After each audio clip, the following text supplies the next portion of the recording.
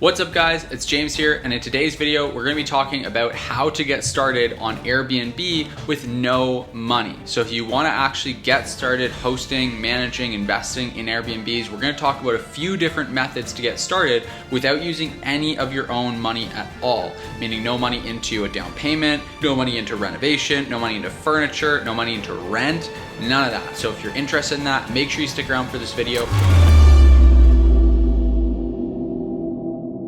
Before we jump in, I also want to share that there are actually two really great trainings, three honestly, for any of you guys that want to get started with no money. You'll want to check them out for sure. They're linked in the description down below, and depending on which different kind of option that you want to look at, after I go through this video here, you can select the right training for you. There's one on how to get started managing other people's properties, which is one of the methods we're going to talk about here. That's a really great way to build up a six-figure income, replace your 9-to-5 income, be your own boss without having to buy, rent, anything like that.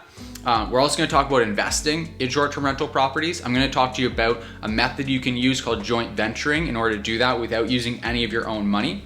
So we've got training on that, linked in the description. And the other one is gonna be hosting. So just hosting a spare space of yours, how you can get started without having to put any other money into furniture, decor, anything like that. And so again, we've got a free training linked in the description for each one of those different options down in the description below. Make sure you check those out. All that being said, let's go ahead and let's get started. And let's talk about the first option, which I think is really the best option for anyone that's looking to replace their 9-to-5 income, wants to build a passive kind of online business that they can run from anywhere in the world that allows them to travel. If that's kind of you and that's what you're looking to do, that's your goal, then managing other people's properties on Airbnb is definitely the way to go.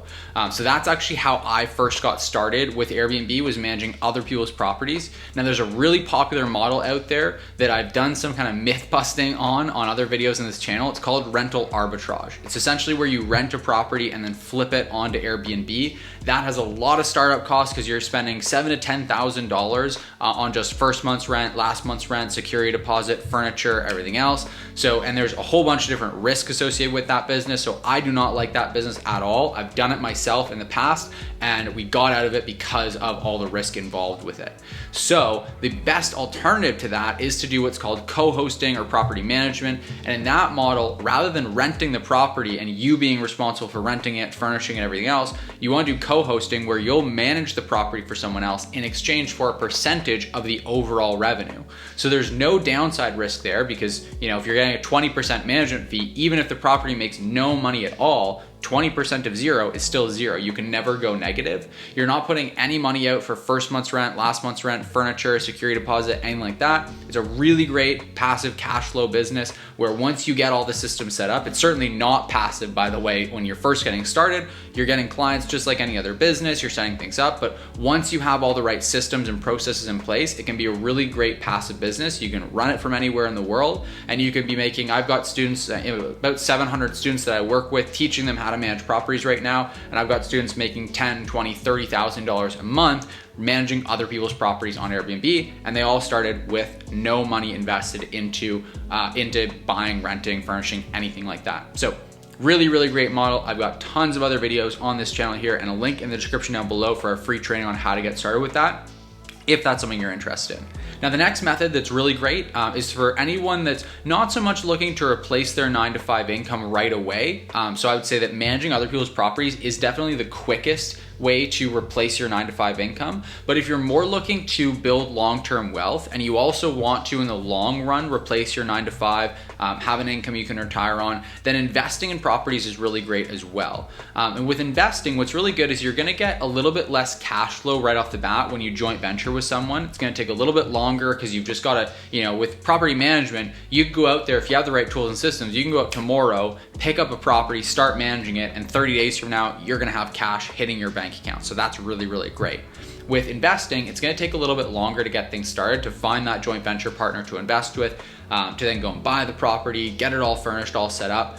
and then you'll have cash flow, and you're also gonna be having equity building. That's the really great thing about the investing side of things, is that every time you make a mortgage payment on that property, you're then paying down principal on the mortgage, you're building equity. The property is gonna naturally appreciate as well over the long term. And so you're gonna be building up a really nice nest egg and building wealth for the future. Now, the way to do this, a lot of people think, well, buying real estate, how on earth would I possibly be able to do that with no money out of my own pocket? And the answer is joint venturing. So that's where you basically are partnering up with someone who's they're gonna be the one taking care of all the money and the mortgage capability. And then you, on the other hand, are gonna be taking care of all of the deal finding and the actual property management.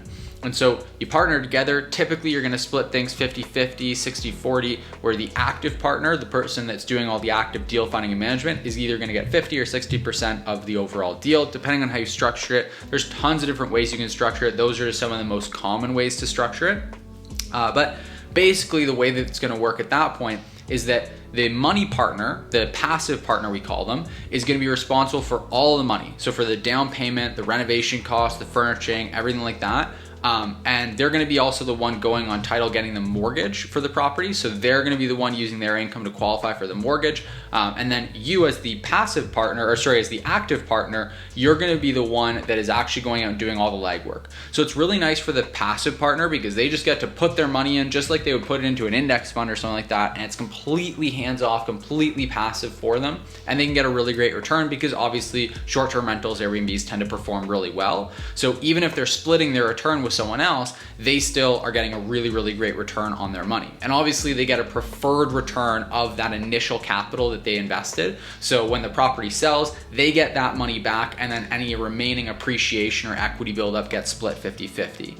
And so that's a really great structure. It then allows you as the active partner to build up with sweat equity. So you're not putting your own money in, but you also get to own a property. You get to leverage 50% of the appreciation on the property, 50% of the equity pay down on the property over time, every time you make one of those mortgage payments, and 50% of the cash flow from the property month over month as it's operating. So that's a really, really great way to get started. That's also how I got started with actually investing in and buying them, as I partnered up with a business partner. We bought a property and did it together. And then I've since gone on to do my own deals, do more deals with him, all kinds of different stuff. So that's a really great way to get started. Again, if you're interested in learning the nuances of all that, how to find these types of joint venture partners, how to find these properties, how to do all the different kind of moving pieces to this, then again, we've got a link in the description down below for our free training on exactly how to invest successfully in short-term rentals, where we walk through all that in more detail. Again, link is in the description down below for that. Now, the last method, which is another really, really strong method for getting started, but is a little bit kind of opportunistic, meaning that you have to be in the right place at the right time to take advantage of this one. This is gonna be hosting your own space. So obviously, it goes without saying that if you don't have your own space to list on Airbnb or whatnot, then you're gonna wanna take advantage of one of the first two options I mentioned. But if you are in the fortunate position to have some extra space, and that can take a few different kind of forms, like I'll talk about in a minute here, then hosting just a spare space is a fantastic way. Probably the easiest way to get started, because literally all you have to do is create the listing, launch it, and then you're gonna be making money every single day, every single week, every single month, passively. It really doesn't take too much to manage it. And so when I say you've got an extra space, what that really kind of comes down to is you can either have a spare space, meaning like an actual extra bedroom in your home that you list. Maybe you've got a basement that you can turn into a spare bedroom and you can start hosting people there. Maybe you already have just a guest bedroom that only gets used when guests come into town. You can list that. Or maybe you just have a living room that has a pull-out couch, or you want to get a pull-out couch for your living room and have that turned into a short-term rental. Now, obviously, if you have someone living in your living room, which I have done in the past before, it is a little bit of an invasion on your privacy, but I do really actually like having people in the spare bedrooms. If you have a place that has spare bedrooms, and oftentimes it can make sense if your landlord is okay with it, if you're renting where you live, to just rent a place that's got an extra bedroom and pay a little bit more for that, knowing that you can bring in Airbnb revenue that will more than make up for that additional cost. So that's a really great way to do it. Or the other alternative there is if you're just traveling. If you go out of town for a couple days, for a week, for a month, and you want to rent your space out, as long as if you either own the place or your landlord is okay with it, you can just rent that out on Airbnb and then pay for your cost of travel. I used to do that all the time, and I would take trips that way and be able to afford to do it really easily, because the money that I would pay for accommodations while I traveled, I would make more than enough to cover that by just renting out my place in my home when I was gone. So really great way to get your entire cost of accommodation covered anytime you go traveling. Renting a spare space, or just even if you have a vacation home. I know some people have vacation homes or cottages that they don't even use. Just going and listing that on Airbnb can be a really quick and easy way to get some money coming in. So again, link in the description down below for that if you want to learn more about how to host your own space successfully on Airbnb. All that's covered in links in the description down below. I hope you got value from this. If you did, make sure you hit that like button. Make sure you just take half a second here, hit the like button. It really does help me out to grow this channel, get these videos in front of more people, and help more people with hosting and short-term rentals.